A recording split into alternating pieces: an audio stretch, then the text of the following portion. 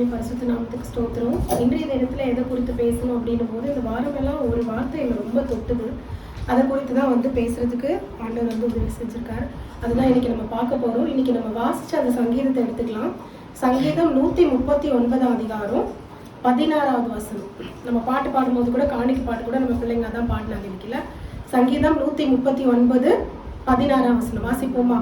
என் கருவை உம்முடைய கண்கள் கண்டது, என் அவயங்களில் ஒன்றாகிலும் இல்லாத போதே அவைகள் அனைத்தும் அவைகள் உருவேற்படும் நாட்களும் உமது புஸ்தகத்தில் எழுதியிருந்தது அப்படிங்கிறத நம்ம பார்க்குறோம். அப்போ ஆண்டவர் நம்மளை எப்போ பார்த்தாராம்?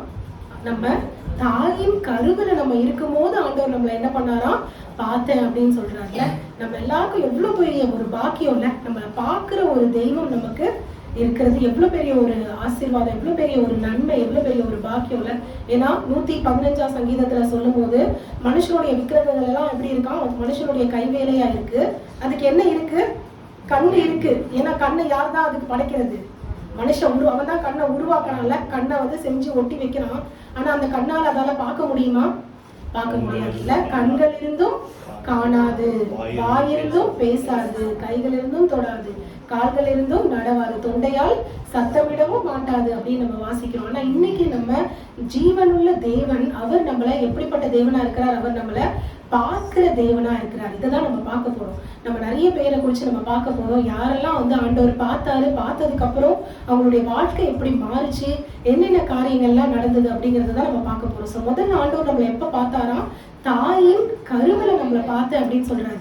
எரேமியா தீர்க்கதரிசி புஸ்தகத்துல கூட எரேமியாவை ஆண்டவர் என்ன சொல்றாரு? எரேமியா 1 அதிகாரம் 5 வசனம் வாசிங்க. எரேமியா 1 அதிகாரம். நான் உன்னை தாயின் வயிற்றில் உருவாக்கும் முன்னே உன்னை அறிந்தேன். தாயின் கருவில பார்த்தேன்னு சொல்றாரு. இங்க என்ன சொல்றாரா? தாயின் வயிற்றுல உருவாக்குறதுக்கு முன்னாடியே நான் உன்னை அறிந்தேன். கர்ப்பத்துல இருந்து நீ வெளிப்படுறதுக்கு முன்னாடியே நான் என்ன பண்ணேன்? உன்னை தீர்க்கதரிசி பரிசுத்த பண்ணி நான் உன்னை ஜாதிகளுக்கு தீர்க்கதரிசியாக கட்டளையிட்டேன் அப்படின்னு சொல்லி ஆண்டவர் சொல்றாருல்ல. இதை குறித்து நம்ம ஒரு சம்பவத்தை நம்ம வாசிக்கும் போது நம்ம எல்லாருக்கும் நல்லா தெரிந்த ஒரு பகுதி தான். யோவானுடைய புஸ்தகத்தை நம்ம எடுத்துக்கலாம். யோவான் 1 அதிகாரம்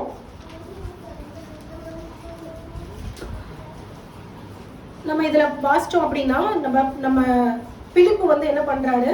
நாத்தான்வேல் கிட்ட போய் என்ன பண்றாரு? ஆண்டவராக இயேசு கிறிஸ்துவை பத்தி சொல்றாருல்ல.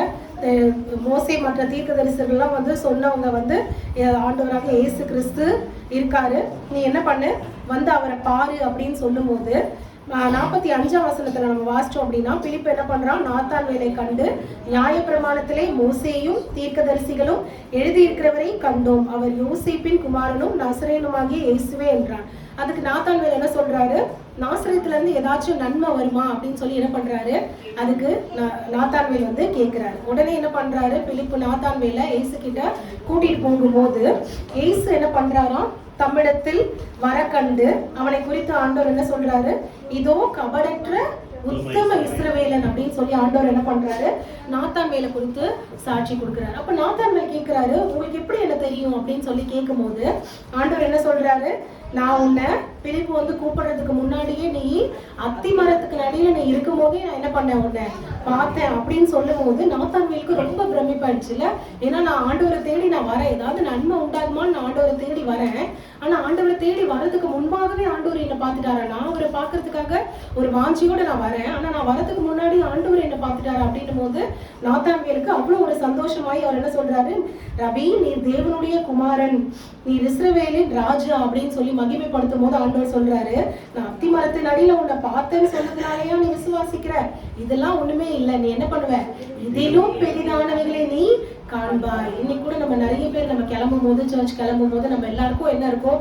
மனசுல நிறைய நமக்கு இருக்கும்ல, ஆண்டவர் இதெல்லாம் எனக்கு செய்யணும், இந்த வாரத்துல இந்த மாசத்துல நிறைய காரியங்கள், இந்த வருஷம் முடிய போகுது, நம்ம நிறைய இந்த வருஷம் ஆரம்பத்துல இதெல்லாம் என் குடும்பத்துல ஆண்டவர் செய்யணும்னு நம்ம எதிர்பார்த்திருப்போம். அப்ப நம்ம கிளம்பும் போது நம்ம என்ன பண்ணிருப்போம்? ஆண்டவரே, நான் உங்களை இன்னைக்கு பார்க்க வரேன், என்னுடைய வாழ்க்கையில இதெல்லாம் நிறைவேறணும் அப்படின்னு நம்ம நினைக்கும் போது ஆண்டவர் நீங்க வரதுக்கு முன்பாகவே நீங்க எந்த இடத்துல கிளம்பிட்டு இருந்தீங்களோ அங்கேயே ஆண்டவர் என்ன பண்ணாரா? அவர் உங்களை பார்த்துட்டாருல. நீங்க என்ன காரியங்கள் மனசுல வாஞ்சியோடு நீங்க வந்திருக்கீங்களோ அது எல்லாத்தையும் செய்யறதுக்காக ஆண்டவர் இன்னைக்கு என்ன பண்ணிருக்காரு? அவர் வந்திருக்காரு. கண்டிப்பா அந்த எல்லா காரியங்களையும் ஆண்டவர் என்ன பண்ணுவாரு? நமக்கு நிறைவேற்றி கொடுப்பார். இதை குறித்து தான் நம்ம இன்னைக்கு பார்க்க போறோம். ஸோ உலக தோற்றத்துக்கு முன்பாகவே ஆண்டவர் நம்மளை தெரிந்து கொண்டேன்னு சொல்றாரு. தாயின் கருவில மட்டும் இல்ல, ஒரு நாத்தான்மையில அத்திமரத்தின் அடியில மட்டும் இல்ல, எபேசியர் 1:4 நம்ம வாசிச்சோம்னா உலகமே உண்டாகல இல்ல, ஆண்டவர் நம்மள கிறிஸ்துவுக்குள் என்ன பண்ணாரா, உலக தோற்றத்துக்கு முன்பாக நம்மளை ஆண்டவர் முன்குறித்திருக்கிறார் அப்படின்னு பாக்குறோம். அப்பவே ஆண்டவர் நம்மளை அவர் அழைத்த தேவனா இருக்கிறார், நம்மளை காண்கின்ற தேவனா இருக்கிறார். நீங்க பாத்தீங்கன்னா ஆண்டவருடைய கண்கள் பாத்தீங்கன்னா பூமி எங்கும் உலாவி கொண்டிருக்கிறது அப்படின்னு நம்ம வாசிக்கிறோம். நீதிமொழிகள்ல ஒரு வசனம் நீங்க வாசிச்சீங்கன்னா, நீதிமொழிகள் 15:3 நம்ம வாசிச்சோம்னா, கர்த்தரின் கண்கள் எவ்விடத்திலும் இருந்து யாரை பாக்குது, நல்லோரையும் பாக்குது தீயோரையும் பாக்குது, ரெண்டு பேரையும் நோக்கி பாக்குது இல்ல. நல்லோரை பாக்குது, அப்பா எனக்கு நல்ல இதெல்லாம் செய்யறாங்க அப்படின்னு சொல்லி சந்தோஷப்படுது. ஆனா தீயோரை பார்க்கும் போது ஆண்டவர் என்ன பண்றாரு, இப்படி செய்யறாங்களே அப்படின்னு சொல்லி என்ன பண்றாரு, அதை பார்த்து மனஸ்தாபப்படுகிற தேவனா இருக்கிறார். அதே மாதிரி பாத்தீங்கன்னா நல்லோர்களை பார்க்கிற தேவன் நம்ம வாசிச்சோம். 4ஆகமத்துல ஒரு வசனம் வாசிப்போம். 2 நாளாகமம் 16:9 2 நாளாகமம் 16:9 நம்ம வாசிச்சோம்னா, தம்மை பற்றி உத்தம இருதயத்தோடு இருக்கிறவர்களுக்கு தம்முடைய வல்லமையை விளங்க பண்ணும்படி கர்த்தருடைய கண்கள் பூமி எங்கும் உலாவி கொண்டிருக்கிறது அப்படின்னு நம்ம பாக்குறோம்ல. இன்னைக்கு பாத்தீங்கன்னா பூமிக்கு மேல பாத்தீங்கன்னா நிறைய சேட்டலைட்ஸ் இருக்கும்ல. இந்தியால இருந்து நிறைய சேட்டலைட்ஸ் லான்ச் பண்ணிருக்காங்க. அதே மாதிரி ஒவ்வொரு கான்டினென்ட்ல இருந்து ஒவ்வொரு கண்ட்ரில இருந்தும் என்ன பண்றாங்க, நிறைய சேட்டலைட்ஸை லான்ச் பண்றாங்க. அது பாத்தீங்கன்னா நம்மளுடைய பாதுகாப்புக்காக, டிஃபென்ஸ்க்காக, இன்னும் நிறைய காரியங்களுக்காக நிறைய சேட்டலைட்ஸ் லான்ச் பண்றாங்க. இந்த சேட்டலைட்ஸ் என்ன பண்ணும், அப்படியே வந்து அந்த பூமிக்கு மேல உலாவி அது என்ன பண்ணும், வாட்ச் பண்ணிட்டே இருக்கும்ல. அதே மாதிரி தான் பாத்தீங்கன்னா ஆண்டவரோட கண்கள் எப்படி இருக்கான், அது உலாவி கொண்டு சுற்றி கொண்டிருக்கிறது. எதுக்காக, உத்தம இதயத்தோடு இருக்கவங்களுக்கு ஆண்டவருடைய வல்லமையை விளங்க பண்ணும்படி. நாத்தான்வேல் ஆண்டவர் என்ன சொல்றாரு, இதையா நீ நம்புறதுனாலயா நீ சொல்ற, இதிலும் பெரிதானவைகளை நீ காண்பாய் அப்படின்னு சொல்ற மாதிரி ஆண்டவருடைய கண்கள் நமக்கு நன்மை செய்யும் பொருட்டு, நமக்கு எல்லா ஆசீர்வாதங்களையும் கொடுக்கும் பொருட்டு ஆண்டவருடைய கண்கள் எப்படி இருக்கான், அது பூமியை சுற்றி உலாவி கொண்டு இருக்கிறது அப்படிங்கிறத நம்ம பார்க்கிறோம். ஸோ இன்னைக்கு ஒரு 5 பேரை பத்தி நம்ம பார்க்க போறோம். ஆண்டவர் அவங்களை பார்த்ததை நம்ம பார்க்க போறோம். முதலாவது நம்ம வாசிச்சோம் அப்படின்னா, ஆதியாகமத்துல 16வது அதிகாரம். ஸோ ஆதியாகமம் 16 அதிகாரத்தை நம்ம வாசிக்கும் போது ஆகாரை குறித்து நம்ம வாசிக்கிறோம். ஸோ ஆகார் பார்த்தீங்கன்னா, சாரால் என்ன பண்றாங்க, அவங்களுக்கு பிள்ளை இல்லைங்கிறதுனால ஆகாரை ஆபிரகாமுக்கு என்ன பண்றாங்க, திருமணம் பண்ணி கொடுக்குறாங்க. அப்போ ஆகார் வந்து கர்ப்பம் தெரிச்ச உடனே ஆகார் என்ன பண்றாங்க, சாரால அற்பமாக என்றாங்க. சாரால அற்பமா என்ன உடனே சாராளுக்கு என்ன வந்துச்சு, கோவம் வந்துச்சு. என்னையே நீ அற்பமா என்றியா, நான் தான் எஜமானி, நான் தான் உனக்கு என்ன பண்ணேன், என்னுடைய ஹஸ்பண்ட் வந்து நான் கல்யாணம் பண்ணிச்சேன், ஆனா நீ கர்ப்பம் தெரிச்ச உடனே என்ன அற்பமா நடத்தின என்ன உடனே சாரால் என்ன பண்றாங்க, ரொம்ப கடினமா நடத்துறாங்க. இந்த ஆகாரத்துல ரொம்ப கடினமா நடத்தின உடனே ஒரு பாயிண்ட்ல இந்த ஆகாரால என்ன பண்ண முடியல, அதை தாங்க முடியல. உடனே அவங்க என்ன பண்ணிடுறாங்க, சாரால்கிட்ட இருந்து ஓடி போயிடுறாங்க. அவங்க ஓடி போகும்போது ஆண்டவர் என்ன பண்றாரு, சாரால என்ன பண்றாரு, சந்திக்கிறார். நம்ம 16:7 வசனத்துல நம்ம வாசிச்சோம், ஆகாரை சந்திக்கிறார். கர்த்தருடைய தூதனானவர் அவளை வனாந்திரத்தில் சூருக்கு போகிற வழி அருகே இருக்கிற நெய்யூற்றந்தையில பார்த்து ஆண்டவர் என்ன பண்றாரு, சாராயின் அடிமை பெண்ணாகி ஆகாரே, நீ எங்க இருந்து வர, எங்க போற அப்படின்னு சொல்லி கேட்கும் போது அவ என்ன சொல்றா, நான் என்னுடைய நாச்சியாரை விட்டு நான் ஓடி போறேன் அப்படின்னு சொல்லும் போது ஆண்டவர் என்ன சொல்றா, நீ என்ன பண்ண, போய் திரும்ப உன் நாச்சியார்கிட்டயே நீ திரும்ப போய் அவங்களுடைய கைக்குள்ள நீ என்ன பண்ண, அடங்கி இரு அப்படின்னு சொல்லி ஆண்டவர் என்ன பண்றாரு, அவளுக்கு ஒரு புத்திமதியை சொல்றாரு. அப்போ நீங்க பாத்தீங்கன்னா சாரால் வந்து அந்த ஆகார் வந்து ஓடி போனதுக்கு அப்புறம் பாத்தீங்கன்னா ஆண்டவர் என்ன பண்றாரு, அவளை சந்திக்கிறத நம்ம பாக்குறோம். அங்கதான் வந்து ஆகார் என்ன பண்றா, 13 வசனம் நம்ம வாசிச்சோம்னா, அப்பொழுது அவள் என்னை காண்பவரை நானும் இவ்விடத்தில் கண்டேன் அல்லவா என்று சொல்லி தன்னோட பேசின கர்த்தருக்கு அவ என்ன பண்றா, அவ நீர் என்னை காண்கின்ற தெய்வன் என்று பெயரிட்டாள். ஸோ இங்க பாத்தீங்கன்னா அவ அந்த ஓடி போற ஒரு நிலைமையில என்ன பண்ணுவோம், அடுத்து நம்ம எங்க போறோம் அப்படின்னு ஒரு தெரியாத நிலைமை இல்ல, வயிற்றுல பிள்ளையோட ஒரு கர்ப்பம் தெளிச்சு ஒரு நிலைமையோட எங்க போகணும்னு தெரியாம ஒரு வனாந்திரத்துல சுத்திட்டு இருக்கும் போது நீங்க பாத்தீங்கன்னா அதுல 11ஆம் வசனத்துல ஆண்டவர் வந்து சொல்றாரு, உன் அங்கலார்ப்பை கேட்டபடியினால் அவ இப்ப என்ன பண்ணிருக்கா, அந்த வனாந்திரத்துல நம்ம எங்க போவோம்னு தெரியலையே, இப்படி கஷ்டமா நம்மளை நடத்துறாங்கன்னு சொல்லி நம்ம என்ன பண்ணிட்டோம், வீட்டுல இருந்து கிளம்பி நம்ம வந்துட்டோம். ஆனா இப்ப வழி தெரியாம நம்ம இந்த வனாந்திரத்துல சுத்திட்டு இருக்கோம், நம்ம என்ன பண்றதுன்னு தெரியாம அவங்க என்ன பண்ணிருக்காங்க, அங்கலாய்ச்சிருக்காங்கல்ல. இப்ப அந்த அங்கலாய்ப்பை பார்த்து தேவன் என்ன பண்ணிருக்காரு, உடனே அங்க இறங்கி வந்திருக்கிறத நம்ம பாக்குறோம். அப்ப ஆகார் என்ன சொல்றா, நீர் என்னை காண்கின்ற தேவன். ஏன்னா யாருமே இல்ல, வனாந்திரம்னா யாராவது இருப்பாங்களா, யாருமே இருக்க மாட்டாங்கல்ல. யாருமே இல்லாத ஒரு இடத்துல என் அங்கலாப்பை பார்த்து நீ வந்த தேவன் அப்படின்னு சொல்லி ஆகார் என்ன பண்றா, நீர் என்னை காண்கின்ற தேவன் அப்படின்னு சொல்லி ஆகார் சொல்றத நம்ம பார்க்கிறோம். இன்னைக்கும் நம்ம பாத்தீங்கன்னா நிறைய நேரங்கள்ல யாரும் இல்லாத போது, நம்ம தனிமையா இருக்கும் போது வீட்லயோ இல்ல வேற இடங்கள்லயோ நம்ம என்ன பண்ணுவோம், நம்ம நிறைய நம்மளுக்கு அங்கலாய்ப்பு இருக்கும். அங்கலாய்ப்புனா வீட்டுல நிறைய பாரங்கள் இருக்கும்.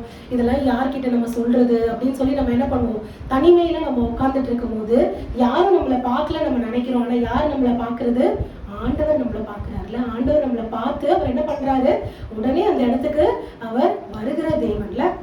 இதை குறித்து நம்ம திரும்ப வாசிக்கும் போது கூட ஆகாருக்கு பிள்ளை பிறந்ததுக்கு அப்புறம், இஸ்மவேல் பிறந்ததுக்கு அப்புறம் மறுபடியும் வந்து என்ன ஆகுது, அவங்க தேவன் என்ன சொல்றாரு, ஆபிரகாம்கிட்ட உன் மனைவி என்ன சொல்றாங்களோ அதன்படி செய்யின்னு சொன்ன உடனே என்ன பண்றாரு, ஆபிரகாம் ஒரு துருத்தியில தண்ணியை கொடுத்து அவங்களை என்ன பண்றாங்க, அனுப்பி விட்டுறாருல்ல. அப்ப இவங்க திரும்பியும் வனாந்திரத்துல வரும்போது கூட நீங்க பாத்தீங்கன்னா நம்ம இந்த காரியங்களை வாசிக்கலாம். 22ஆம் அதிகாரம் 8ஆம் வசனம். அதற்கு ஆபிரகாம், என் மகனே, தேவன் தமக்கு தகன பலி.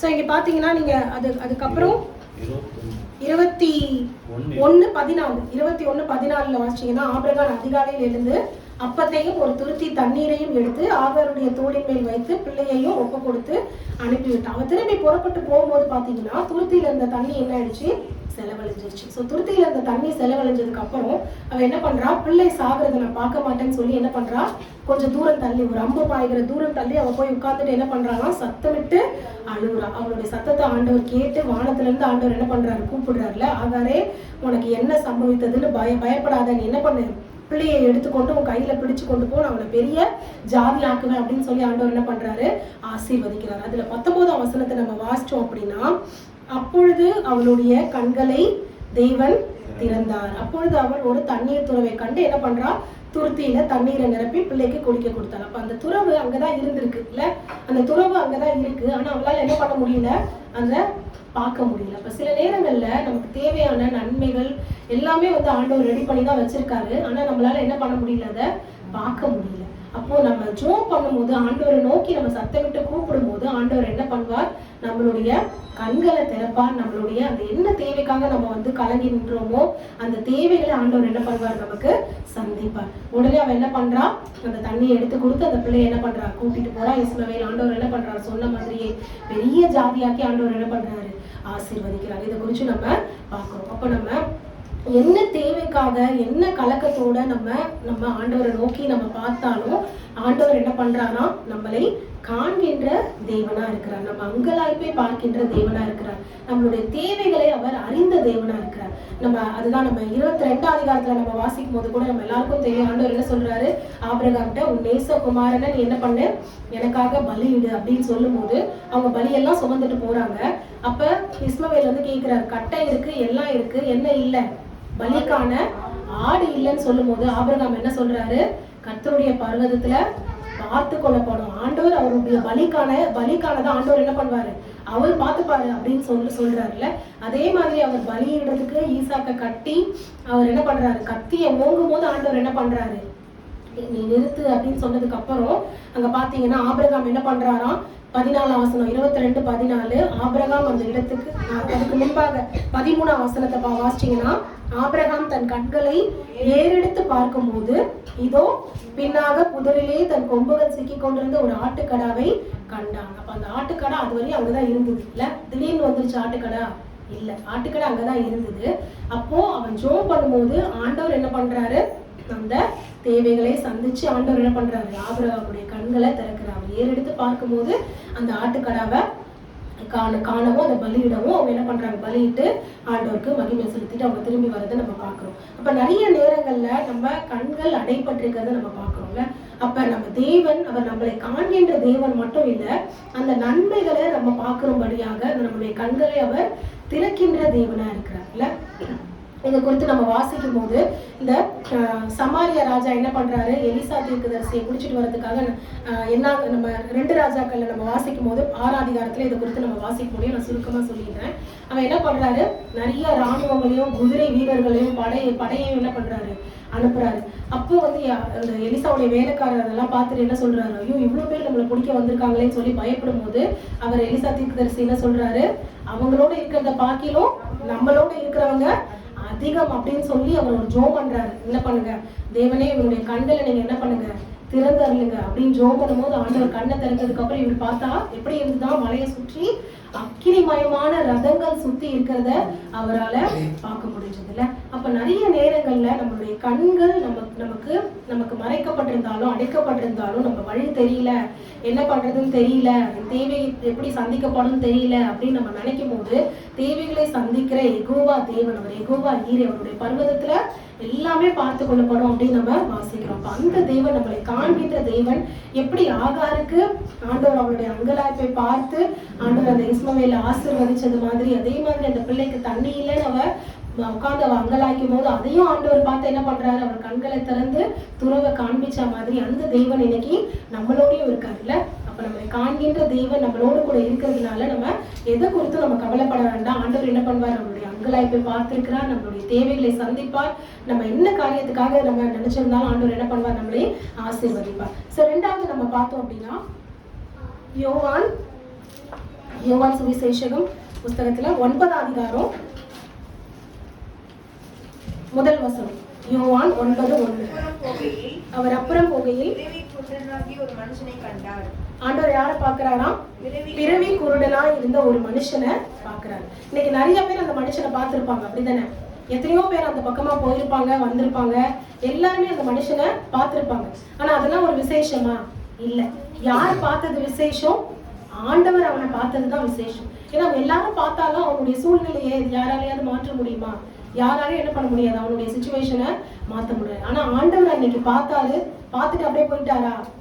இல்ல, ஆண்டவர் பார்த்து அவனை என்ன பண்றாரு, குணமாக்குறத நம்ம அதுக்கப்புறம் வாசிக்கிறோம். அவனை பார்த்த உடனே உலக மக்கள் என்ன பண்றாங்க, அங்க பாத்தீங்கன்னா அவனுடைய சீஷர்கள் என்ன பண்ணிட்டாங்க, உடனே ஒரு டிபேட் ஆரம்பிச்சிட்டாங்க, ஒரு பட்டிமன்றத்தை ஆரம்பிச்சிட்டாங்க. என்ன சொல்றாங்க அவங்க, இவன் குருடனா பிறந்தது யார் செஞ்ச பாவம், இவன் செஞ்ச பாவமா இல்ல இவன் பெற்றவர்கள் செஞ்ச பாவமா? இன்னைக்கு உலகத்துல பாத்தீங்கன்னா நிறைய பேர் நம்மளை பாக்குறாங்க, பார்த்த உடனே அவங்க என்ன பண்றாங்க, நமக்கு ஆறுதலா 4 வார்த்தை பேசலனாலும் பரவாயில்ல, அவங்க என்ன பண்றாங்க, உடனே ஒரு ஜட்ஜ்மெண்ட் கூட வந்துடுறாங்கல்ல. எதனால இவனுக்கு இது வந்துச்சோ தெரியல, எதனால இந்த கஷ்டம் வந்துச்சோ தெரியல அப்படின்னு சொல்லி அவங்க என்ன பண்றாங்கன்னா ஆண்டவர்கிட்ட கேக்குறாங்க. அவங்களால எதுவும் பண்ண முடியலனாலும் பரவாயில்ல. அப்ப அந்த குருடனை கேட்கும்போது எவ்வளவு கஷ்டமா இருந்திருக்கும்ல. நம்மளே ஆல்ரெடி கண் தெரியாம உட்கார்ந்துட்டு இருக்கோம். இவங்க என்னன்னா இது எதனால வந்துச்சு, இவன் செஞ்ச பாவத்தினால வந்துச்சா இல்ல இவங்க அப்பா அம்மா செஞ்ச பாவத்தினால வந்துச்சான்னு சொல்லி கேட்டுட்டு இருக்காங்கன்னு எவ்வளவு ஒரு மன கஷ்டத்தோட இருந்திருப்பாங்கல்ல. அப்ப ஆண்டவர் என்ன சொல்றாரு, இயேசு பிரதியுத்தரமாக, இது இவன் செய்த பாவமும் அல்ல, இவனை பெற்றவர்கள் செய்த பாவமும் அல்ல, தேவனுடைய கிரியைகள் இவனுக்கு வெளிப்படும் பொருட்டு இப்படி பிறந்தான். நம்ம பாத்தீங்கன்னா எந்த இடத்துலயுமே ஆண்டவர் என்ன பண்ணல, யாரையுமே ஜட்ஜ் பண்ணல. இன்னைக்கு நிறைய நேரத்துல நம்ம என்ன பண்ணிடுறோம், ஈஸியா எல்லாரையும் நியாயம் தீர்த்துறோம். இதனாலதான் இது வந்துச்சு, அதனாலதான் அது வந்துச்சு. உண்மையாவே பாவம் செஞ்சவங்களை கூட ஆண்டவர் என்ன பண்றாரு, ஆண்டவர் ஜட்ஜ் பண்ணல. அவர் என்ன சொல்றாரு, இனிமே நீ பாவம் செய்ய ஒழுங்காருன்னு சொல்லி ஆண்டவர் என்ன பண்றாரு, நிறைய பேரை சுகப்படுத்தி ஆண்டவர் அனுப்புறத நம்ம என்ன பண்றோம், நம்ம பாக்குறோம். அப்ப அதே மாதிரிதான் இது தேவனுடைய மகிமை வெளிப்படும் பொருட்டு நடந்தது அப்படின்னு சொல்லிட்டு ஆண்டவர் என்ன சொல்றாரு, அவர் என்ன பண்றாராம், தரையிலே துப்பி உமிழ்நீரினால் சேருண்டாக்கி ஒரு அந்த சேற்று அவர் என்ன பண்றாராம், அந்த குருடனுடைய கண்ணுல பூசி என்ன பண்றாரு, நீ போய் என்ன பண்ண, சீலோன் குளத்துல கழுவு அப்படின்னு சொன்னதுக்கு அப்புறமா பாத்தீங்கன்னா அவன் கழுவி அவன் என்ன பண்ணான், 7ஆம் வசனத்துல பார்வை அடைந்தவனாய் திரும்ப வந்தான். அப்போ எல்லாரும் நம்மளை பாக்குறது விசேஷம் இல்ல, நம்மள காண்கின்ற தேவன் ஆண்டவர் நம்மளை பார்க்கும் போது நமக்கு வாழ்க்கையில என்ன நடக்குது, ஒரு அற்புதம் நடக்குது. ஒரு பிறவி குருடனை ஆண்டவரால என்ன பண்ண முடியும், சுகப்படுத்த முடியும். அப்படின்னா நம்மளுடைய வியாதி, நம்மளுடைய பலவீனம் எல்லாம் ஒரு விஷயமே இல்லைல்ல. நம்ம இன்னைக்கு நிறைய கவலைப்படுறோம், ஐயோ இது இருக்கே, நமக்கு இப்படி இருக்கே, உடம்புக்கு வலிக்குது, நிறைய விஷயங்களை குறிச்சு நம்ம கவலைப்படுறோம், டாக்டர்ஸ் இப்படி சொல்றாங்களே அப்படின்னு. ஆனா பிறந்ததுல இருந்து குருடனா இருக்கிற ஒரு மனுஷனை குணப்பாக்க ஆண்டவரால முடியும்னா அதே வல்லமை ஆண்டவராக இயேசு கிறிஸ்துட்ட இன்னைக்கும் இருக்குல்ல. அவர் உயிர்த்தெழுந்து அதே வல்லமையோட அதிகாரத்தோட அவர் பிதாவின் வலது பாரசத்துல வீற்றிருக்கிறது நம்ம பாக்குறோம். அப்ப ஆண்டவர் என்ன பண்ணுவார், கண்டிப்பா அவரால் தீர்க்க முடியாத ஒரு வியாதின்னு எதுவுமே கிடையாது. ஆண்டவர் என்ன பண்றாரு, அற்புதங்களை அவர் செய்கிற தேவன் அப்படின்னு சொல்லி நம்ம வேதத்துல வாசிக்கிறோம். நீங்க பாத்தீங்கன்னா அதுக்கப்புறம் என்ன பண்றாங்க, அவனை கூப்பிட்டு என்ன பண்றாங்க, இந்த பரிசேயர் எல்லாரும் என்ன பண்றாங்க, நீ எப்படி பார்வை அடைந்த அப்படின்னு விசாரிக்கிறாங்க. அப்ப அவன் என்ன பண்றான், இந்த மாதிரி வந்து இயேசு வந்து என்ன பண்ணாரு, சேர் உண்டாக்கி அவர் கண்ணில் பூசி எனக்கு அவர் சுகம் கொடுத்தாரு அப்படின்னு சொல்லும் போது இவங்களால என்ன பண்ண முடியல, அதை ஏத்துக்க முடியல, நம்ப முடியல. உடனே என்ன பண்றாங்க, அவனுடைய அப்பா அம்மாவை கூப்பிட்டு கேட்கலாம். ஏன்னா அவன் பிறந்ததுல இருந்து பார்த்தது இல்லை, திடீர்னு இவன் பாக்குறான்னு எல்லாரும் சாட்சி சொல்றாங்க. இவன் அப்பா அம்மாவை கூப்பிட்டு கேட்கலான்னு போது அவங்க அப்பா அம்மா அவங்களுக்கு பயந்துட்டு என்ன சொல்றாங்க, இவன் வந்து பிறந்ததுல இருந்து குருடன் தான், ஆனா இவனுக்கு எப்படி பார்வை வந்தது எனக்கு தெரியாது அப்படின்னு சொன்ன உடனே திரும்பியும் அவங்க என்ன பண்றாங்க, அவனையே கூப்பிடுறாங்க. திரும்பி அவனை கூப்பிட்டு என்ன பண்றாங்க, அவன்கிட்ட விசாரிச்சு அவங்க என்ன பண்றாங்க, நீ வந்து என்ன பண்ணு, நீங்க 30ஆம் வசனம், அந்த மனுஷன் அவருடைய கண்களை திறந்திருந்தும் அவர் எங்கிருந்து வந்தவர் என்று நீங்கள் அறிய. அப்ப அந்த மனுஷன் வந்து சொல்றான், அவன் வந்து பாத்தீங்கன்னா தேவன் அவனுடைய கண்களை மட்டும் திறக்கல, அவனுடைய இருதயத்தையும் ஆண்டவர் என்ன பண்ணியிருக்காரு, திறந்திருக்கிறாருல்ல. அவர் யாருங்கிறத அவன் அறிஞ்சுக்கிட்டான். அவன் பார்வை மட்டும் அவன் பெற்றுக்கொள்ளல, தேவனையும் அவன் என்ன பண்ணான், அறிந்து கொண்டதுனாலதான் அவனால இதை சொல்ல முடியுதுல்ல. அதற்கு அந்த மனுஷன், அவர் கண்களை திறந்திருந்தும் அவர் எங்கிருந்து வந்தவர்னு உங்களுக்கு தெரியலையா அப்படின்னு சொல்லி, இது ஆச்சரியமான காரியம், பாவிகளுக்கு தேவன் வந்து என்ன பண்ணுவாரு, செவி கொடுப்பாரா, செவி கொடுக்கறது இல்லையே. ஒருத்தர் வந்து பிறவி குருடனா இருந்து இது வரைக்கும் கண்ணை திறந்து நீங்க எதையாவது கேள்விப்பட்டிருக்கீங்களா, கேள்விப்பட்டது இல்லையே. அப்ப இதுவே எதை சாட்சி கொடுக்குது, அவர் தேவனிடத்தில் வராதிருந்தால் ஒன்றும் செய்ய மாட்டாரு அப்படின்னு சொன்ன உடனே இவங்களால என்ன பண்ண முடியல, இதெல்லாம் வந்து ஏத்துக்க முடியல இல்ல. உடனே அவங்க என்ன பண்றாங்க, நீ வந்து எங்களுக்கு வந்து சொல்லாத அப்படின்னு சொல்லி என்ன பண்றாங்க, அவனை புறம்பே தள்ளி விட்டார்கள் அப்படின்னு நம்ம வாசிக்கிறோம். அப்ப அந்த பிறவி குருடனை தேவன் என்ன பண்றாரு, சுகமாக்குறாரு. அவன் எத்தனை நாள் அவன் வந்து எத்தனை ஒரு வாஞ்சியோட வந்திருப்பான்ல எல்லாத்தையும் பார்க்கணும் அப்படின்னு சொல்லிட்டு, அப்ப அந்த ஒரு வாஞ்சி ஆண்டவர் என்ன பண்றாரு, அவனை குருடனை குணமாக்கி, அது மட்டும் இல்ல தேவனை அவரு அறிகிற ஒரு அறிவு அவனுக்கு வந்திருக்குல்ல. தேவனை அவன் உண்மையான அவர் தான் ஆண்டவர், அவர் தான் வழி, அவர் தான் ரட்சிப்பு அப்படிங்கிறத அவன் உணர்ந்து கொள்ளத்தக்கதான ஒரு பாக்கியத்தையும் அன்னைக்கு அவன் பெற்றிருக்கிறத நம்ம பார்க்கிறோம். ஸோ இந்த மாதிரி பாத்தீங்கன்னா நிறைய பேர் ஆண்டவர் என்ன பண்றாரு, அவர் பார்த்து அவர் என்ன பண்றாரு, குணமாக்குறாரு. மத்தேயு 14ஆம் அதிகாரம் 14ஆம் வசனத்தை நம்ம வாசிச்சோம் அப்படின்னா, இயேசு வந்து திரளான ஜனங்களை கண்டு அவர்கள் மேல் மனதுருகி அவர்களை வியாதியா இருந்தவர்களை சுஸ்தமாக்கினார். இப்ப நிறைய பேர் பார்க்கலாம், சீச்சர்கள் பார்க்கலாம், மற்ற எல்லாரும் பார்க்கலாம். ஆனா அவருக்கு பார்த்த உடனே என்ன வருது, அவங்க மேல ஒரு மனதுருக்கம் வருது இல்ல. அப்ப தேவன் இரக்கமுள்ள ஒரு தேவன், மனதுருக்கமுள்ள தேவன் அப்படிங்கறத நம்ம பார்க்கிறோம். அப்ப அந்த வியாதியஸ்தர் மேல ஆண்டவர் என்ன பண்றாரா, அவங்களை பார்த்து மனதுருகி ஆண்டவர் என்ன பண்றாரு, அவர்களை சுஸ்தமாக்கினார். சோ அன்னைக்கு அந்த குருடனை பார்த்து மனதுருகிய சுகமாக்கின தேவன் இன்றைக்கும் ஆண்டவர் என்ன பண்றாரு, நம்ம மத்தியில இருக்கிறார். எந்த வியாதியா இருந்தாலும், எந்த ஒரு இதுவா இருந்தாலும் ஆண்டவரால என்ன பண்ண முடியும், கண்டிப்பா குணமாக்க முடியும். அவரே வந்து நம்மளுடைய வியாதிகள் எல்லாத்தையும் அவர் என்ன பண்ணியிருக்காரா, சிலுவையில சுமந்து அவர் தீர்த்திருக்க தேவன். நானே பொன் பரிகாரியான கர்த்தர்னு சொல்லியிருக்காரு. எகிப்தியருக்கு வர பண்ணின வியாதியெல்லாம் நான் உனக்கு என்ன பண்ண மாட்டேன், வர பண்ணேன் அப்படின்னு சொல்லி ஆண்டவர் நமக்கு சொல்லியிருக்காருல்ல. அப்ப அப்படிப்பட்ட தேவன் நம்மளுடைய எல்லா நோய்களையும் அவர் சிலுவையில சுமந்து தீர்த்த தேவன். இதுக்கப்புறம் நீங்க சுமக்க தேவையில்லைன்னு சொன்ன தேவன் நம்மளோட கூட இருக்கிறார். அப்ப அந்த தேவன் நமக்கு என்ன பண்ணுவாரு, பூரண சுகத்தை நமக்கு கொடுப்பார். ஸோ இதுதான் நம்ம 2வது நம்ம பார்த்தது. 3வது நம்ம வாசிச்சோம் அப்படின்னா, இன்னும் நமக்கு நல்லா தெரிஞ்ச ஒரு சம்பவம் தான். ஏசாயா தீர்க்கதரிசியின் புஸ்தகம் எடுத்துக்கோங்க. ஏசாயா 38ஆம் அதிகாரம். ஸோ இங்க பாத்தீங்கன்னா எசேக்கியா ராஜாவை குறித்து நம்ம என்ன பண்ணலாம், இதுல நம்ம பார்க்க முடியுது. பாத்தீங்கன்னா எசேக்கியா 38 முதல் வசனத்திலே நம்ம வாசிச்சோம் அப்படின்னா, அவர் என்ன பண்றாரா, வியாதிப்பட்டு மரணத்துக்கு ஏதுவா இருந்தான். அப்ப ஆண்டவர் என்ன பண்றாரு, ஏசாயா தீர்க்கதரிசியை அனுப்பி நீ என்ன பண்ணு, உன் வீட்டு காரியத்தெல்லாம் நீ ஒழுங்குபடுத்திடு, நீ இதுக்கு மேல இருக்க மாட்ட, நீ பிழைக்க மாட்ட, நீ மரித்து போயிடுவ அப்படின்னு சொல்லி என்ன பண்றாரு, சொல்றாரு. உடனே அவர் ஏசாயா வந்து சொல்லிடுறாரு. சொன்னதுக்கு அப்புறம் பாத்தீங்கன்னா 2ஆம் வசனத்துல எசேக்கியா என்ன பண்றாரு, தன் முகத்தை சுவர்புறமாய் திருப்பி கொண்டு என்ன பண்றான், கர்த்தரை நோக்கி நான் உமக்கு முன்பாக மன உத்தமமாய் நான் நடந்தேன் என்பதை நீங்க என்ன பண்ணுங்க, நினைத்தரணும் என்று விண்ணப்பம் பண்ணினான். ஸோ அங்க பாத்தீங்கன்னா ஒரு ராஜா அப்படின்னும் போது எவ்வளவு ஒரு கம்பீரமா இருப்பாங்கல்ல. ஏன்னா ஒரு தேசத்தையே ஆள்ற ஒரு ராஜா, அவருக்கு ஏசாயா வந்து சொன்னதுக்கு அப்புறம் அவரால் என்ன பண்ண முடியல, நீ செத்துருவ, பிழைக்க மாட்டா, உன் வீட்டு காரியத்தை ஒழுங்குபடுத்தினதும் அவர் அதுக்கு ப்ரிப்பேர்டா இல்ல, அந்த மரணத்துக்கு அவர் ப்ரிப்பேர்டா இல்ல. உடனே அவருக்கு என்ன வருது, அவ்வளவு கண்ணீர் வருது. ராஜா உட்காந்து எல்லாரும் முன்னாடி அழ முடியுமா, முடியாதுல்ல. ராஜா என்ன பண்றாரா, உடனே செவரை பார்த்துட்டு அவர் என்ன பண்றாரு, அழுகுறாருல்ல. இப்போ நிறைய நேரங்களில் நம்ம மற்றவர்களுக்கு நம்ம தெரியாம நம்ம என்ன பண்ணலாம், தனிமையில யாரும் பார்க்காத நேரத்துல நம்ம என்ன பண்ணலாம், அழலாம். ஆனா யாரும் பார்க்கல நம்ம நினைக்கிறோம், ஆனா யாரு பார்க்கறாத, தேவன் பார்க்கிறார்ல. நீங்க அதை கொடுத்து நம்ம வாசிக்கும் போது அவன் அழுத உடனே 4ஆம் வசனத்துல பாத்தீங்கன்னா, அப்பொழுது ஏசாயாவுக்கு கர்த்தருடைய வார்த்தை உண்டானது. அவர் என்ன சொல்றாரு, உடனே 5ஆம் வசனத்துல, நீ போய் எசேக்கியாவை நோக்கி, உன் தகப்பனாகிய தாவீதின் தேவனா இருக்கிற கர்த்தர் சொல்லுகிறது என்னவென்றால், உன் விண்ணப்பத்தை கேட்டேன், உன் கண்ணீரை கண்டேன். அப்போ செவற்புறமா திரும்பி அவன் என்ன பண்றான், கண்ணீர் விட்டு அழுறதை நம்ம பார்க்கிறோம். ஒரு ராஜா அவனுடைய ஸ்தானத்துல இருந்து அவன் என்ன பண்றான், எல்லாரும் முன்பாக அழ முடியாம அவன் என்ன பண்றான், செவரை பார்த்து அவன் அழுகுறான். ஆனா ஆண்டவர் என்ன சொல்றாரு, நீ செவரை பார்த்து நீ அழுதாலும் யார் பார்த்தது அவன் அழுகைய, உன் அழுகைய நான் பார்த்திருக்கேன், உன் கண்ணீரை நான் கண்டேன், உன் நாட்களோட 15 வருஷத்தை நான் என்ன பண்ணுவேன், கூட்டுவேன் அப்படின்னு சொல்றாருல்ல. அப்போ உடனே என்ன பண்றாரு, ஏசாயா தீர்க்கதரிசியில சொல்லி அனுப்புறாரு. இது மாத்திரம் இல்ல, எவ்வளவு பெரிய ஒரு வல்லமையான ஒரு அடையாளத்தை கொடுத்திருக்காரு பாருங்க. ஆகாசுடைய அந்த சூரிய கடிகாரத்துல 10 பாகை வந்து எப்படி போகுமா, பின்னிட்டு திரும்பும்ல.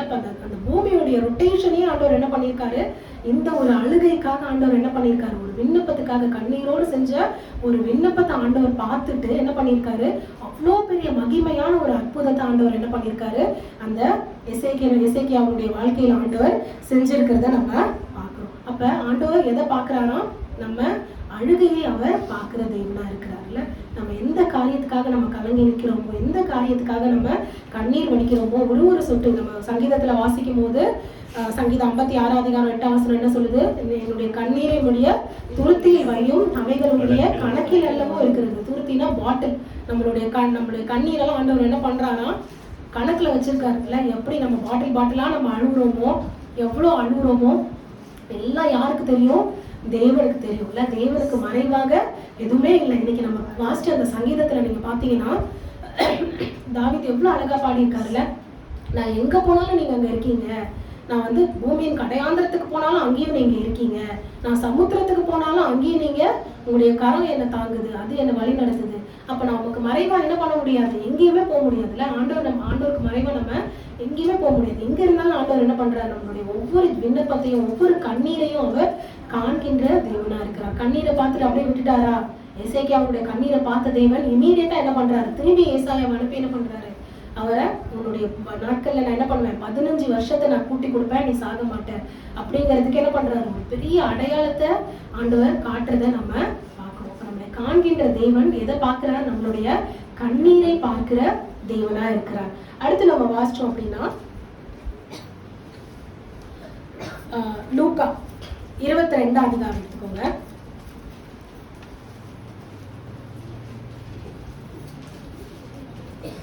இந்த சம்பவத்தை குறித்து நம்ம வாசிக்கும் போது ஆண்டவராக இயேசு கிறிஸ்துவை என்ன பண்றாங்க, சிலுவையில் அடிக்கிறதுக்காக அவங்க என்ன பண்றாங்க, கைது பண்ணி அவங்க கொண்டு போறாங்க. அவங்க கொண்டு போகும்போது பாத்தீங்கன்னா அதுக்கு முன்பாகவே ஆண்டவர் என்ன சொல்றாரு, பேதுரு கிட்ட, நீ என்ன பண்ணுவ, 3 முறை நீ என்ன மறுதளிப்ப அப்படின்னு சொல்லி ஆண்டவர் என்ன பண்றாரு. 33ஆம் வசனத்துல நம்ம வாசிச்சோம்னா அவன் என்ன சொல்றான், இல்ல ஆண்டவரே, நான் காவலிலும் சாவிலும் உம்மை பின்பற்றி வர ஆயத்தமா இருக்கிறேன் அப்படின்னு பேதுரு சொல்றாரு. லூக்கா 22:33. 34ல பார்த்தா ஆண்டவர் என்ன சொல்றாரு, பேதுருவே, இன்னைக்கு சேவல் கூவுறதுக்கு முன்னாடி என்ன பண்ணுவேன்னா 3 முறை மறுதளிப்பேன். இங்க பேதுரு சொல்றாரு, எதுல நான் பின்பற்றுவேன், காவலிலையும் சாவிலையும் நான் பின்பற்றுவேன்னு சொன்ன பேதுரு. ஆனா பாத்தீங்கன்னா இங்க அதே வந்து ஆண்டவர் கைது செய்யப்பட்டதுக்கு அப்புறம் 56ஆவது வசனத்தை நம்ம வாசிச்சோம் அப்படின்னா, அவன் பேதுரு வந்து அவங்க சுத்தி எல்லாம் உட்கார்ந்துட்டு இருக்காரு. அப்பொழுது ஒரு வேலைக்காரி அவனை நெருப்பண்டையிலே உட்கார்ந்திருக்க கண்டு அவனை உற்று பார்த்து, இவனும் அவனோடு இருந்தான் என்றார். உடனே பேதுரு என்ன சொல்றாரு, ஸ்திரீயே, அவரை நான் அறியேன் என்று மறுதளித்தான். காவலிலும் சாவிலும் ஒரு கூட இருப்பேன்னு சொன்ன பேதுரு யார்கிட்ட மறுதளிக்கிறாரு, ஒரு சின்ன வேலைக்காரி இல்ல, ஒரு வேலைக்காரிக்கு பயந்து என்ன சொல்லிட்டாரு, இல்ல எனக்கு அவரை தெரியாது அப்படின்னு சொல்லிட்டாரு. இன்னும் கொஞ்ச நேரம் கழிச்சு பாத்தீங்கன்னா, வேறொருவன் அவனை கண்டு, நீயும் அவங்கள ஒருத்தன் தான் அப்படின்னு சொன்ன உடனே அது நான் இல்லை அப்படிங்கிறாரு.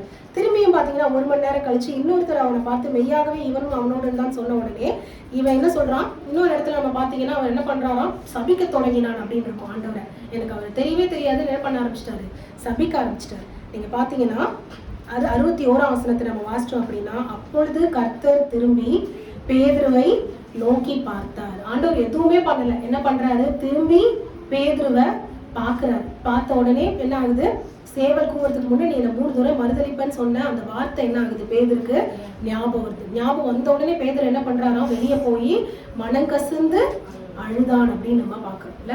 அப்ப ஆண்டவர் எதுவும் பண்ணல, பேதுரு 3 தடவை மறுதலிச்சிட்டாரு. ஆண்டவர் என்ன பண்றாரு, ஒரு பார்வை தான் பாக்குறாரு. ஆனா அந்த பார்வை பேதுருவை எந்த அளவுக்கு மாத்தி இருக்குல்ல, எந்த அளவுக்கு மாத்தி அவன் என்ன பண்றான், உடனே போய் மனம் கசிந்து அவன் அழுகிறத நம்ம பாக்குறோம். நீங்க பாத்தீங்கன்னா அந்த ஒரு பார்வை தான் பேதுருவுடைய வாழ்க்கையை மாத்தி இருக்கு.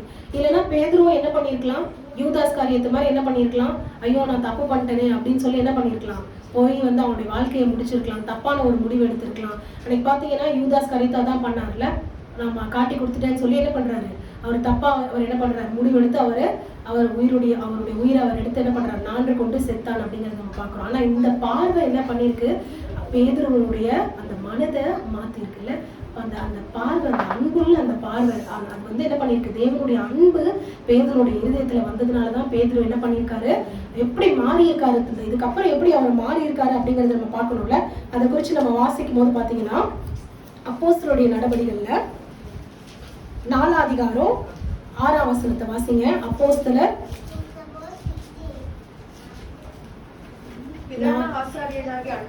யார் இருந்தா அங்க பாருங்க. அப்போஸ்தலர் 4 அதிகாரம் 6ஆம் வசனத்துல நம்ம வாசிச்சோம்னா, பிரதான ஆசாரியனாகிய அண்ணா, காய்பா, யோவான், அலெக்சாந்தர், பிரதான ஆசாரியருடைய குடும்பத்தார் யாவரும் எருசலேம்ல கூடியிருக்காங்க. அவங்க நடுவுல என்ன பண்றாங்க, இந்த சீஷர்களை கொண்டாந்து நிறுத்தி, எந்த வல்லமையினால எந்த நாமத்தினால நீங்க இதெல்லாம் செய்றீங்க எனக்கு சொல்லுங்கன்னு எல்லா மூப்பர்களும் கேட்கும் போது, அப்ப பாத்தீங்கன்னா என்ன பண்றாரு, அப்பொழுது பேதுரு 8ஆம் வசனத்துல, அப்பொழுது பேதுரு பரிசுத்த ஆவியினாலே நிறைந்து அவர்களை நோக்கி, ஜனத்தின் அதிகாரிகளே, இஸ்ரவேலின் மூப்பர்களே, நீங்க என்ன பண்ணுங்க, இதெல்லாம் எப்படி நான் செய்யறேன்னு நீங்க கேக்குறீங்களா, உங்களால் சிலுவையில் அறையப்பட்டவரும் தேவனால் மரித்தோரிலிருந்து எழுப்பப்பட்டவருமாகிய நசரேயனாகிய இயேசு கிறிஸ்துவின் நாமத்தினாலே இதை நான் உங்களுக்கு முன்பாக சொஸ்தமாக்குனவனா இருக்கிறேன்னு சொல்லி அவர் என்ன பண்றாரு, அத்தனை ஒரு அதிகாரிகள் முன்னாடி இல்ல, ஆசாரியர் சங்கத்துக்கு முன்னாடி, அலெக்சாந்தர் முன்னாடி, இன்னும் பெரிய பெரிய ஆட்கள் முன்னாடி பேதுரு என்ன பண்றாரு, பயம் இல்லாம அவர் என்ன பண்றாரு, ஆண்டவராக இயேசு கிறிஸ்து நீங்க கொலை பண்ணீங்களே சிலுவையில, நீங்க கொலை பண்ண அந்த நீங்க சிலுவையில அரைஞ்ச அந்த இயேசுவினுடைய நாமத்தினாலதான் நான் சொல்றேன்னு ஒரு தைரியமாய் பேசுகிறது நம்ம பாக்குறோம்ல. இதுக்கு முன்னாடி நம்ம வாசிச்சோம்னா யார்கிட்ட மறுதலிச்சா பேதுரு, ஒரு வேலைக்காரி, சாதாரண பேர் கூட போடல, ஏதோ ஒரு ஊழியக்காரன், ஏதோ ஒரு சாதாரண மனுஷன், அந்த மனுஷன் முன்னாடி தைரியமா இல்ல ஆமா நான் அவருடைய சீஷன் தான் சொல்ல முடியாத ஒரு பேதுரு, அந்த ஆண்டவருடைய மனதுருக்கமுள்ள அந்த பார்வை அவனை எப்படி மாற்றி இருக்கு, அந்த ஆசாரிய சங்கத்துக்கு முன்னாடி அவ்வளோ பெரிய பெரிய பெரிய ஆளுங்க முன்னாடி நீங்க கொலை பண்ண இயேசுடைய நாமத்தினாலதான் நான் இதெல்லாம் செய்யறேன்னு ஒரு வல்லமையோட அதிகாரத்தோட என்ன பண்றாங்க, அவன் சொல்லத்தக்கதான ஒரு தைரியத்தை ஆண்டவர் என்ன பண்ணிருக்காரு, கொடுத்திருக்காரு. பரிசுத்த ஆவியினால அவங்க நிரப்பப்படும் போது தைரியமா அவங்க பேசுறத நம்ம பார்க்கிறோம். அதுல நம்ம இன்னொரு வசனத்தை நம்ம வாசிச்சோம் அப்படின்னா, அவங்களே என்ன பண்றாங்களாம், ஆச்சரியமா இவங்களை பாக்குறாங்களாம்.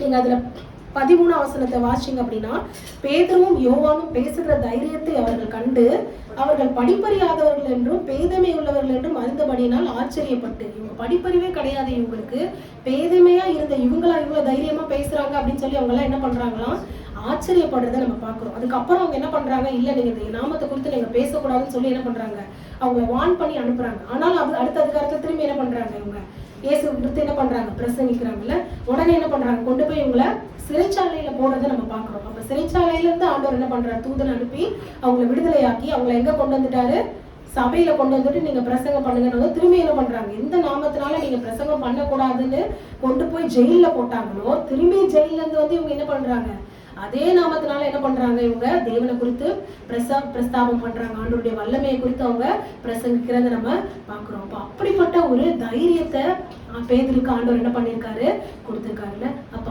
ஆண்டவர் நம்மள பார்க்கும் போது அந்த ஒரு மனம் திரும்புதலை நம்மளுடைய வாழ்க்கையில நம்ம என்ன பண்ண முடியும், பெற்றுக்கொள்ள முடியும். அப்ப அந்த பார்வை நம்மள என்ன பண்ணுது, நம்மளுடைய பாவத்தை கடிந்து உணர்த்துது. நமக்குள்ள இருக்க அந்த பரிசுத்த ஆவியானவர் என்ன பண்றாரு, நம்மள அவர் கடிந்து கொள்ளுகிற தேவனா இருக்கிறாருல. நமக்கு கடிந்து கொண்டு ஆண்டவர் என்ன பண்றாரு, நம்மள தைரியமாய் நம்ம ஆண்டவருக்காக நிக்கிறதுக்கு ஆண்டவர் என்ன பண்றாரு, நமக்கு உதவி செய்கிறார். அப்ப அந்த பார்வை பேதுருடைய வாழ்க்கையை என்ன பண்ணுச்சு, அப்படியே திருப்பி போட்டதை நம்ம பார்க்கிறோம். நம்ம கடைசியா ஒரு காரியத்தை நம்ம பார்ப்போம். நம்ம எல்லாருக்கும் தெரிஞ்ச ஒரு காரியம் தான் நம்ம சுருக்கமா பார்ப்போம். லூக்கா 19ஆம் அதிகாரம் 3ஆம் வசனம். ஸோ இதை நம்ம பார்க்கும்போது பார்த்தீங்கன்னா, சகைவை குறித்து நம்ம பார்க்கணும். சகைவுக்கு ஆண்டவர் இந்த பக்கமா வராரு அப்படின்னு கேள்விப்பட்டு அவர் என்ன பண்றாரு, எப்படியாச்சும் நான் வந்து ஆண்டவர் என்ன பண்ணிடணும், பாத்துடணும் அப்படிங்கிற ஒரு வாஞ்சை இருக்கு இல்ல. ஆனா அவன் குள்ளனா இருந்ததுனால, ஜனக்கூட்டம் அதிகமா இருந்ததுனால சகைவால என்ன பண்ண முடியல, ஆண்டவரை பார்க்க முடியல. அப்ப ஆண்டவரை பார்க்க முடியல அப்படின்னு அப்படியே விட்டுட்டாரா?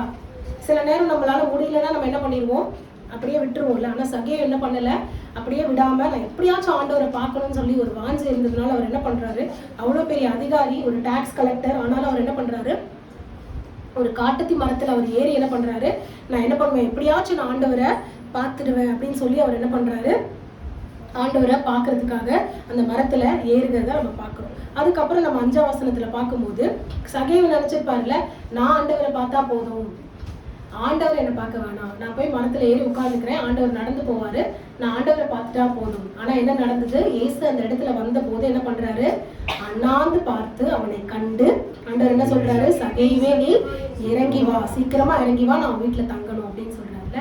ஆண்டவர் என்ன பண்றாரு, சகைவை பார்த்து நீ இறங்கி வா, உன் வீட்டுல நான் தங்கணும் அப்படி, இது மட்டும் தான் ஆண்டவர் சொல்றாரு. வேற ஏதாவது நியாயம் தீர்க்கிறத நம்ம பாக்குறோமா?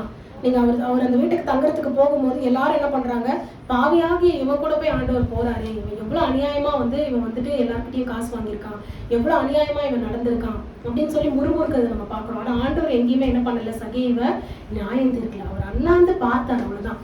நீ வான்னு அவர் சொன்ன உடனே கீழே இறங்கி அவர் கூட போகும்போதே சகைவை என்ன பண்றான், நின்று கர்த்தரை நோக்கி, ஆண்டவரே என் ஆஸ்திகளில் பாதியை நான் என்ன பண்ணிடுறேன், ஏழைகளுக்கு கொடுத்துடுறேன், யார்ட்டையாவது நான் அநியாயமா எதையாவது வாங்கினா எத்தனை தடவை அதை திருப்பி கொடுத்துடுறேன், 4 தனியா நான் அதை திருப்பி கொடுத்துடுறேன்னு சொல்றாருல. அப்ப ஆண்டவர் சொல்றாரு, இன்றைக்கு இந்த வீட்டுக்கு ரட்சிப்பு வந்தது அப்படின்னு சொல்றாரு.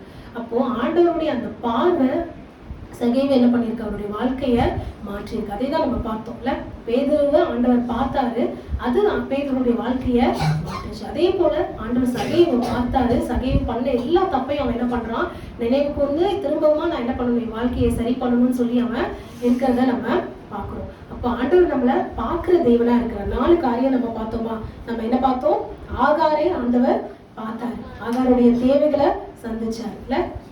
அதே மாதிரி ஆண்டவர் வந்து ஒரு பிறவி குருடனை பார்த்தாரு, அவனுடைய கண்களை ஆண்டவர் திறந்து ஒரு அற்புதத்தை செஞ்சதை நம்ம பார்க்கிறோம். எசேக்கியாவோட கண்ணீரை பார்த்த தேவன் 15 வருஷத்தை கூட்டி கொடுத்து என்ன பண்றாரு, ஒரு அற்புதத்தை செஞ்சதை நம்ம பார்க்கிறோம். பேதுருவை திரும்பி பார்த்த தேவன் அவருடைய வாழ்க்கையை மாற்றி என்ன பண்ணியிருக்காரு, அப்படி ஒரு வேலைக்காரிக்கு ஒரு பயந்து ஒரு பொய் சொன்ன ஒரு மறுதளிச்ச ஒரு பேதுருவை ஆண்டவர் என்ன பண்ணியிருக்காரு, ஆசாரிய சங்கத்துக்கு முன்பாக மற்ற எல்லா அதிகாரிகளுக்கு முன்பாக அவரை தைரியமா அறிக்கையிட ஒரு பலனை ஆண்டவர் என்ன பண்ணிருக்காரு, தந்திருக்காரு. அதே போல சகைவனுடைய வாழ்க்கையை ஆண்டவர் என்ன பண்ணிருக்காரு, திருப்பி போட்டிருக்காரு. இது எல்லாத்துக்கும் நமக்கு ஆண்டவரை நம்ம பார்க்கணும்னா ஒரே ஒரு கண்டிஷன் தான் நமக்கு. என்னது, நீங்க வாசிங்க, எபிரேயர் 12ஆம் அதிகாரம் 14வது வசனம்.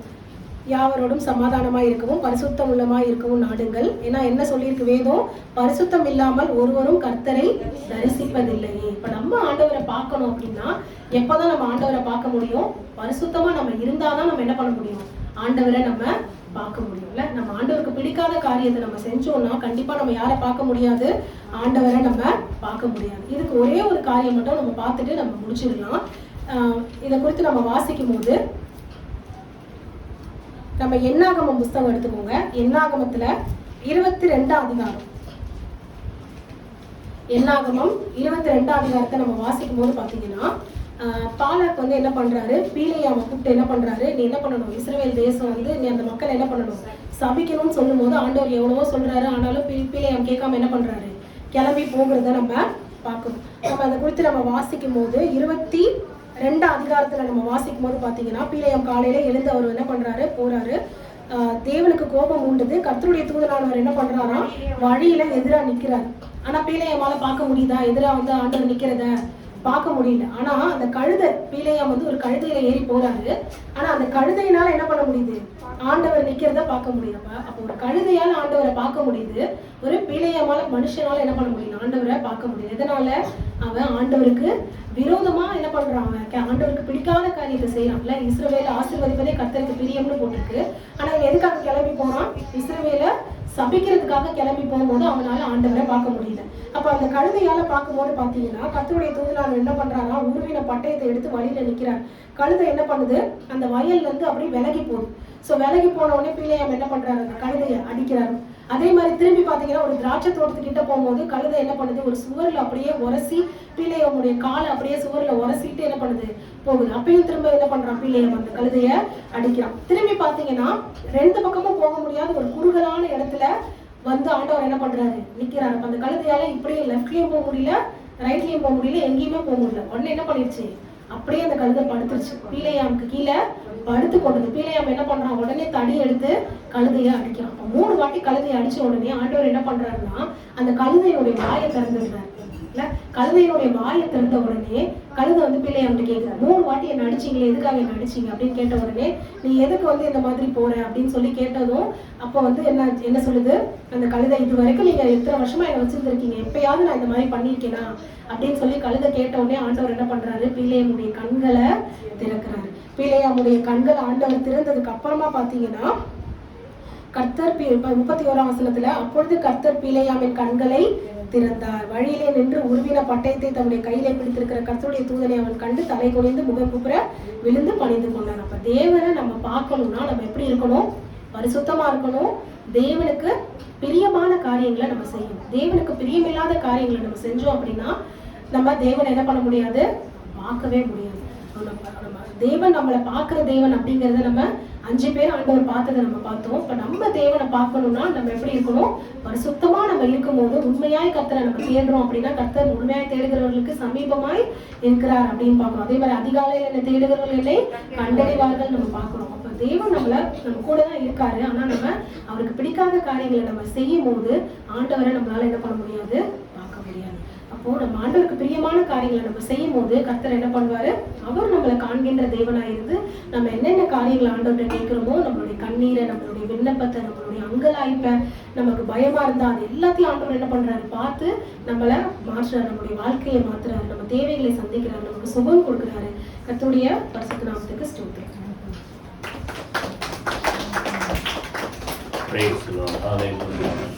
கர்த்தரை துதிப்போமா, எல்லாரும் எழுந்திரும். கர்த்தரை ஸ்தோத்திரம் பண்ணுவோம். ஹல்லேலூயா. நீர் என்னை காண்கிற தேவன்.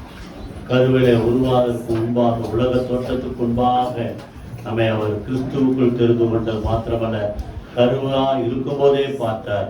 அது மாத்திரமல்ல, ஒவ்வொரு நாளும் நம்மை பார்த்து நம்மளை கரம் பிடித்து நடத்துகிற கர்த்தர். கரங்கள் உயர்த்தி கர்த்தரை ஸ்தோத்திரம் பண்ணுவோமா. ஹல்லேலூயா.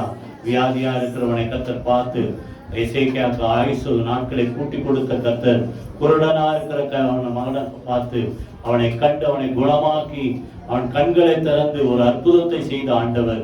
அது மாத்திரமல்ல, வாழ்க்கையில வழி தெரியாம திகைத்து கொண்டு அங்கலாய்த்து கொண்டிருக்கிற ஆகாரை கண்டு அந்த பிள்ளையை குறித்து ஒரு திட்டத்தை, அவளை குறித்து ஒரு திட்டத்தை கர்த்தர் வெளிப்படுத்தினார். இதே போல எந்த சூழ்நிலையிலும் அவர் நம்மை பார்க்கிறவர். கரங்கள் உயர்த்தி கர்த்தரை ஸ்தோத்திரம் பண்ணுவோமா. கர்த்தரை துதிப்போம், கர்த்தரை துதிப்போம்.